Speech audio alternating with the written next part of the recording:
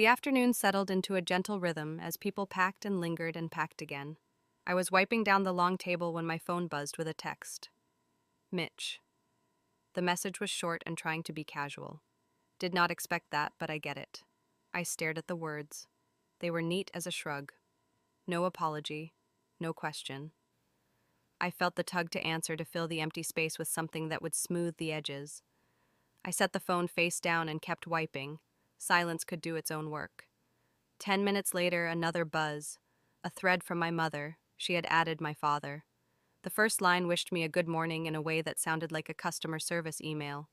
The second asked if we could stop by your place to talk just us sometime soon. I could hear my father in the phrasing.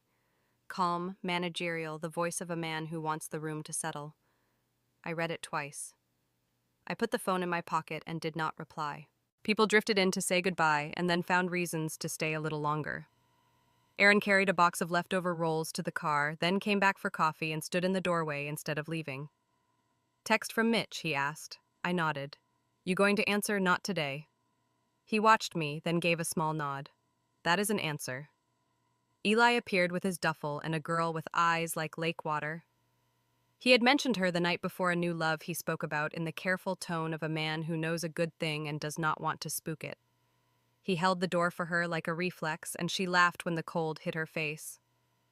This place makes everything feel possible, she said, and then blushed. I mean, it is just beautiful. It is okay to say it, I said. It does feel possible out here. Eli squeezed her hand and looked at me.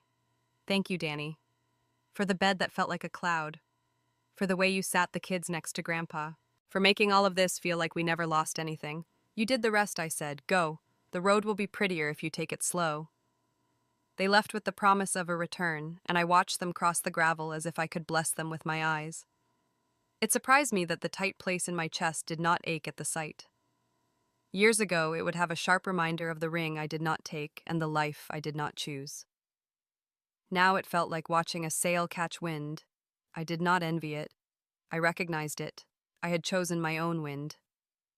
Messages kept arriving, photos from Lexington and Evansville and Columbus, kids wrapped in blankets holding cups of cocoa on my porch.